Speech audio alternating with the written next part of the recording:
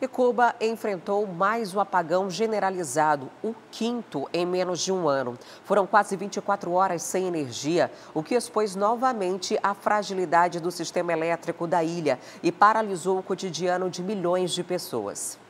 Pelo menos 11 das 15 províncias de Cuba retomaram o serviço elétrico nesta quinta-feira, depois de um corte generalizado de quase 24 horas. A situação interrompeu as atividades da maioria dos cubanos, no quinto apagão total em menos de um ano na ilha. Em Havana, onde 79% da população tinha retomado o serviço, o tráfego e as atividades praticamente voltaram à normalidade. Na quarta-feira, o apagão generalizado surpreendeu os cubanos pouco depois das 9 horas do horário local, quando muitos tinham saído para trabalhar, levar as crianças para a escola ou fazer compras. Estes cortes generalizados paralisam a atividade econômica da ilha e complicam a vida dos moradores. O Ministério da Energia informou que um alarme falso de superaquecimento na caldeira da central termoelétrica Antônio Guterres, situada no centro da ilha, fez a usina mais importante do país parar de funcionar e desencadear a queda do sistema nacional. Este foi o quinto corte generalizado de eletricidade desde outubro de 2024. Há mais de um ano, Cuba enfrenta uma severa crise energética pelo mau estado de sua infraestrutura elétrica. E o presidente da Venezuela, Nicolás Maduro, lançou uma operação militar de resistência contra a presença dos Estados Unidos no Caribe.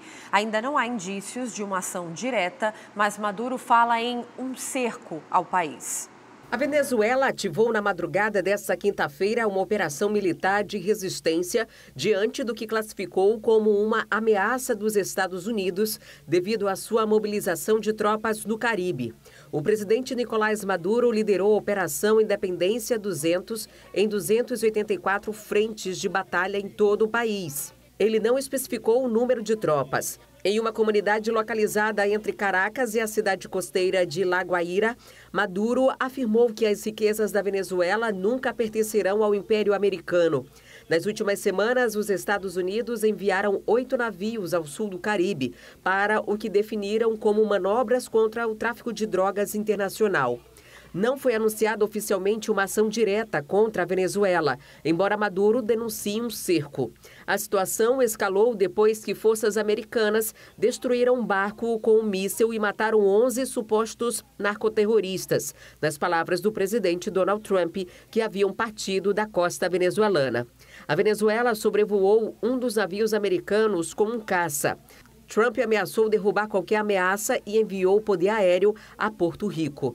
Maduro moderou o tom e chamou ao diálogo na semana passada, mas antes ele havia convocado os cidadãos a se alistarem na milícia bolivariana, um corpo militar composto por civis com alta carga ideológica.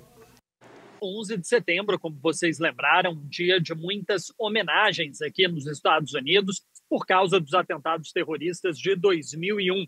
O presidente Donald Trump começou o dia participando de uma cerimônia no Pentágono, na região metropolitana de Washington. O prédio, sede do exército americano, foi um dos alvos dos terroristas da Al-Qaeda. Na época, quase 200 pessoas morreram no local. Durante o discurso, Trump voltou a falar sobre a mudança de nome do Departamento de Defesa para Departamento de Guerra. Disse que qualquer um que atacar os Estados Unidos será caçado e destruído sem piedade.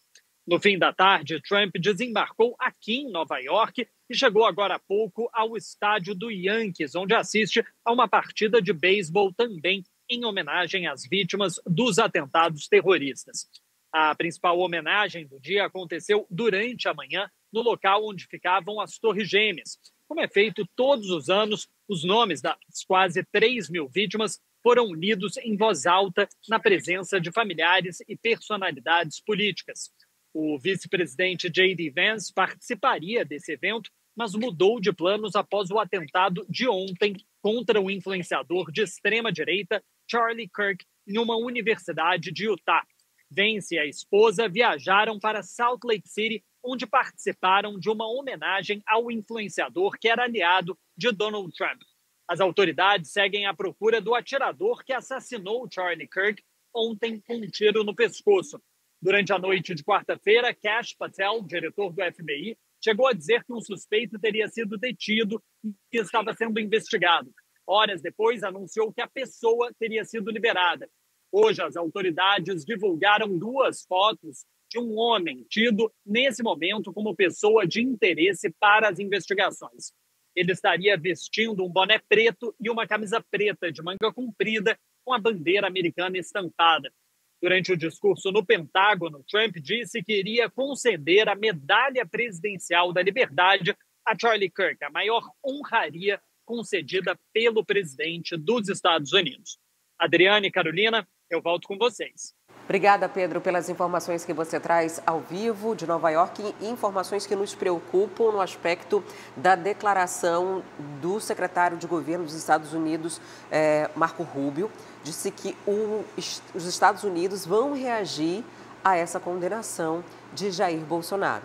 Durante toda a semana, a gente viu o mercado cauteloso, porque ficava na expectativa do que iria acontecer, que condenação seria essa, como seria. Amanhã, a gente deve ter a reação nas bolsas de valores da declaração de Donald Trump, que disse estar surpreso e bastante insatisfeito.